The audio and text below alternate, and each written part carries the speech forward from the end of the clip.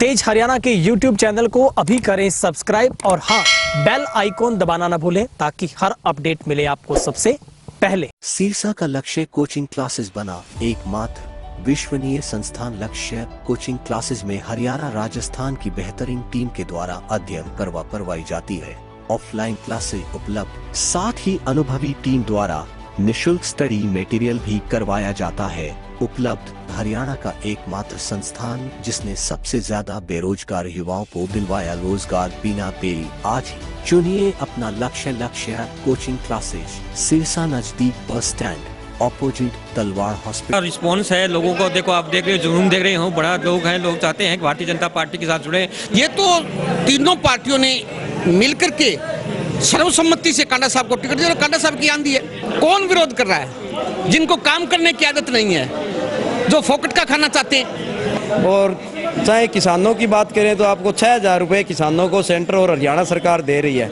क्या किसी सरकार ने आज तक, हुड्डा सरकार ने, क्या चौटाला सरकार ने किसी किसान की सुध ली? अच्छा है जी माहौल है। अब सरकार के सगा, सरकार के मान ले 3 साल रहे तो सरकार के सागर रहेगा तो काम। नमस्कार, तेज हरियाणा से गुरविंदर पन्नू। इलाहाबाद उपचुनाव से जुड़ी हर वो चुनावी अपडेट हम आप तक पहुंचा रहे हैं। दरअसल इस वक्त मैं नाथसरी चोपटा में हूं। यहां पर हम आपको बीजेपी जेजेपी के सांझे उम्मीदवार गोविंद कांडा के कार्यालय से चुनावी रंग दिखाएंगे। आखिर जब चुनाव जैसे जैसे नजदीक आ रहा है वैसे वैसे रोचकता बढ़ रही है। ये हम आपको नाथसरी चोपटा में जो गोविंद कांडा का यहाँ पर कार्यालय है वहाँ की तस्वीरें आपको दिखा रहे हैं। ये कार्यालय जहां पर पूरा दिन लोगों की भीड़ जुटी रहती है और यहां पर समर्थकों से लेकर आम आदमी यहां पर आता है। और सबसे अहम बात है कि यहां पर पूरा दिन इस एलईडी के माध्यम से जो कार्यक्रम होते हैं, जो लोगों से वो मिलते हैं, वो यहां पर दिखाए जाते हैं। यानी हाईटेक तरीके के साथ अब चुनाव को बदला जा रहा है। ये रंग वाकई ही बेहद खूबसूरत है, जो कि हमारे प्रजातंत्र में एक चुनाव की प्रक्रिया है।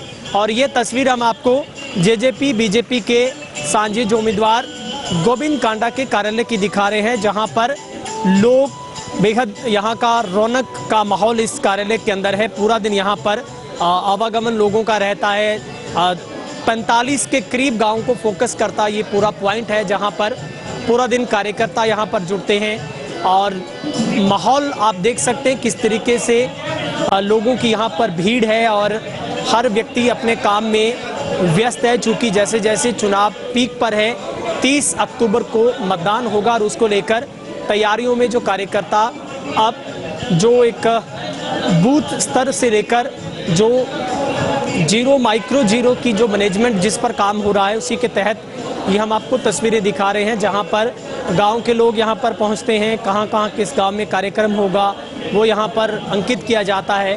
पूरी अपडेट यहीं से लोगों को मिलती है और एक बड़ी उम्मीद के साथ यहाँ पर लोग पहुँचते हैं। जो अपने किसी भी नेता के जब समर्थक होते हैं तो वहाँ पर तांता लगा रहता है। और पूरा दिन इस कार्यालय में जो कार्यकर्ताओं की भीड़ रहती है और जैसे जैसे चुनाव नज़दीक आ रहा है वैसे वैसे जो भीड़ है वो भी बढ़ रही है। तो हमारे साथ कुछ लोगों से हम बातचीत करने का प्रयास भी करेंगे।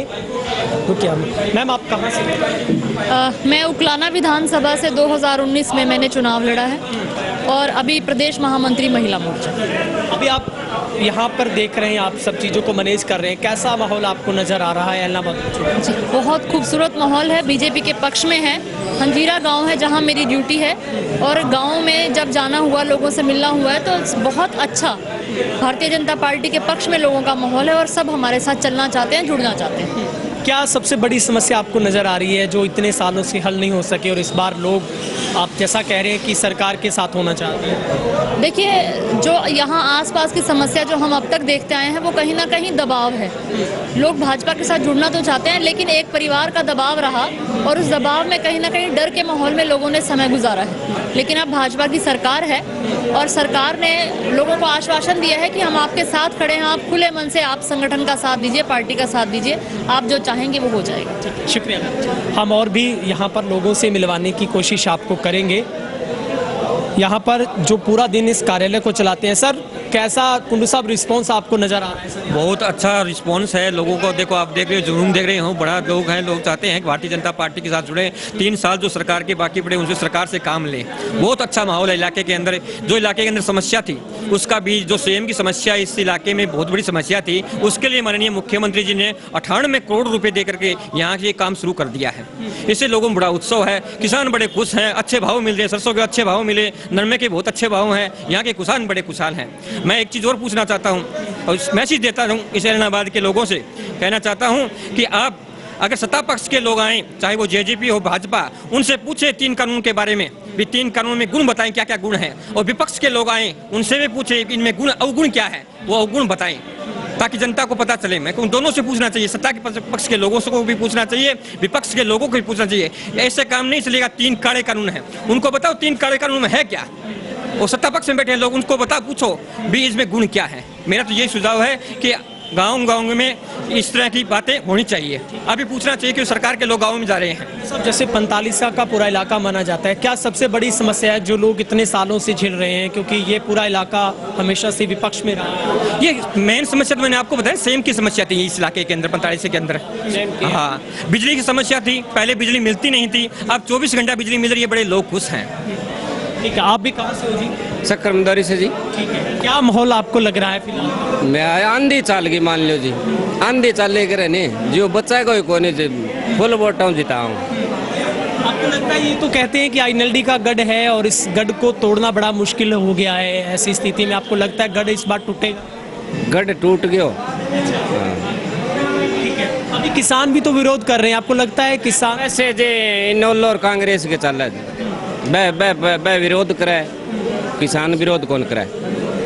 किसान के विरोधी कोने जाए, इनोल और कांग्रेस विरोधी करे।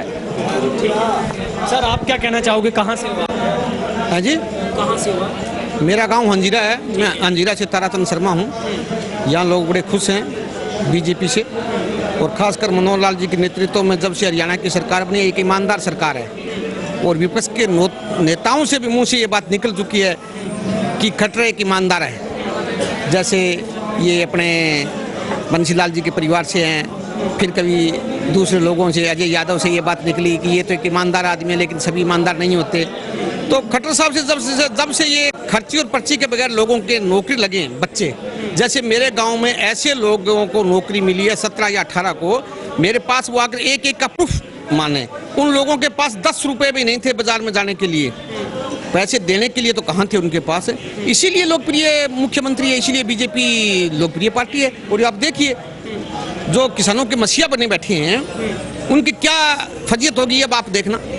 अभी सर क्या लगता है, ऐसी स्थिति में जब बीजेपी जेजेपी के पास कैंडिडेट नहीं था तो कांडा को मैदान में उतारा है, क्या नजर आ रहा है सर? नहीं, ऐसी कोई बात नहीं थी, जेजेपी और बीजेपी के पास कोई यहाँ पर कैंडिडेट नहीं था।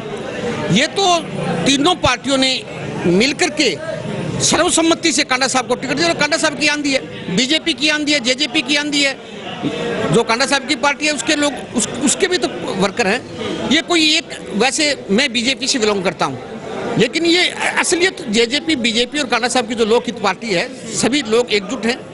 और ये आंधी चल रही है, आंधी किस चीज़ की चल रही है कि विकास की आंधी है, सबका साथ, सबका विकास। किसान आंदोलन भी चल रहा है ना, उसका भी अभी तक हल नहीं हुआ और विरोध भी हो रहा है। कौन विरोध कर रहा है? जिनको काम करने की आदत नहीं है, जो फोकट का खाना चाहते हैं, वो लोग विरोध वो लोग कर रहे हैं जिसको किसी को दबाना है, खुद की सत्ता चाहिए, नो पढ़ने वाले बच्चे को मास्टर लगाना चाहते हैं, वो लोग विरोध कर रहे हैं। ये विकास की विजय होगी। जब कांडा साहब यहाँ से जीतेंगे तो विकास की विजय होगी, ईमानदारी की विजय होगी। और ये 100% है, यहाँ से जीतेंगे। कांडा साहब की आंधी चल रही है, इसमें कोई दो राय नहीं। सर आप भी कहाँ से हो, किस गांव से हैं? रुपाना बिश्नोयान है, बूथ नंबर 63 है अपना। माहौल ऐसे है, पिछली बार भी हमारे गांव से बीजेपी जीत के निकली थी, लगातार 3 बार जीती हुई है, और इस बार भी बड़े भारी बहुमत से हम बीजेपी को जिताएंगे। और आप यहाँ देख रहे हैं बूढ़े भी बैठे हैं, युवा भी हैं, तो जहाँ युवा और बुजुर्ग मिल जाते हैं तो वहाँ क्या होता है आपको पता ही है। बुजुर्गों का आशीर्वाद चाहिए, युवाओं का जोश चाहिए, दोनों यहाँ बीजेपी में आपको दिखाई देगा ऑफिस में। चहल पहल तो दिखाई दे रही है। सर गांव से खेती बाड़ी करते होंगे। हाँ जी, खेती-बाड़ी। आंदोलन चल रहा है किसानों का। हाँ जी, हाँ जी। विरोध भी हो रहा है, क्या हाँ। आपका नजरिया है? नहीं, ऐसी कोई बात नहीं है, कहीं विरोध नहीं है। अब आप ये कह रहे थे थोड़े से दिन पहले, मीडिया भी ये दिखा रहा था कि गोपाल कांडा जी को कोई किसी भी गांव में घुसने नहीं दिया जाएगा। मैं मेरे गांव के 19 मंडल है मेरे गांव में, जिस चोपटा के अंदर, उसमें सेम की समस्या थी। वो बीजेपी ने काम स्टार्ट कर दिया है। 198 करोड़ रुपए बीजेपी सरकार ने मंजूर कर दिए हैं और मशीनें लग चुकी है गांव में।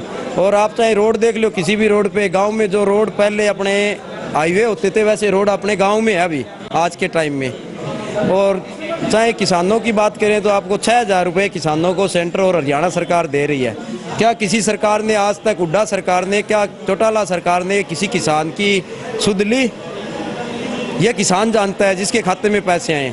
बीमे का क्लेम कर लो, फसलें खराब हो जाती थी असमय बारिश की वजह से, ओलावृष्टि की वजह से, तो आज क्लेम जो आ रहा है 20 से 25,000 रुपये क्लेम पर एकड़ का खाते में आ रहा है। और आज से पहले अगर आप 14 से पहले की बात करोगे तो 100 रुपये, 50 रुपये, 150 रुपये क्लेम आता था। तो वो किसान को सब पता है, किसान हमारे साथ हैं, किसी गांव में कोई विरोध नहीं हुआ। 2-4 जो वर्कर हैं दूसरी पार्टियों के, वो थोड़ा हल्ला उल्ला कर रहे हैं, बाकी कुछ नहीं है। आप ताऊ जी कहाँ से हैं? गुड़िया खेड़ा से। हाँ, आपको क्या लगता है कैसा माहौल? अच्छा है जी माहौल है। अब सरकार के सगा, सरकार के मान ले 3 साल रहे तो सरकार के सागर रहेगा तो काम हो जाएगा। सरकार उनके खिलाफ चला काम को नहीं है। आपका इलाका तो आईएनएलडी का गढ़ रहा है, इस बार क्या लगता है? नहीं, गढ़ जरूर है, अपन गढ़ में तो काम को नहीं हो जी, तो पहली होगी तो। हाँ हाँ इस बार उम्मीद है काम होगा। हाँ हाँ जी, आजकल काम ने पड़ा है। ठीक है। मैं गांव शक्कर मंदोरी से हूं और पीछे से बीजेपी ज्वाइन करी हुई है पवन बेनवाल से। अब मैं बीजेपी में हूँ, पवन बेनवाल से कांग्रेस में मैं गया नहीं हूँ, बीजेपी में रह रहा हूँ। बीजेपी से संतुष्ट हूँ और विधायक गोविंद कांडा है, तो इससे हम जाट जमींदार सब 36 बिरादरी इस गोपाल कांडा से हम संतुष्ट हैं। समाज से हुई भाई है, दोनों भाई से संतुष्ट है, हर आदमी संतुष्ट है जी। तो ये तमाम हमारे साथ लोग थे। दरअसल आपको चुनावी जो रंग हम दिखाने की कोशिश कर रहे हैं, आखिर एक कार्यकर्ता के ऊपर किस तरीके का रंग होता है, और हमने वो भी तमाम सवालों को दागने की कोशिश की है जो सवाल आम जनता के ध्यान में लाने जरूरी है। क्योंकि एक तरफ आईएनएलडी का गढ़ अभय सिंह चौटाला की तरफ से ये कहा जा रहा है कि उनके गढ़ को कोई नहीं तोड़ सकता है, मगर कार्यकर्ताओं की ध्यान में किस तरीके से बीजेपी सबसे बेस्ट है ये उनका अपना एक निजी मत है। मगर हर चुनावी कार्यालय से आपको इसी तरीके की रिपोर्ट हम दिखाते रहेंगे। कैमरामैन हेमंत के साथ गुरविंदर पन्नू, एलनाबाद, चोपटा।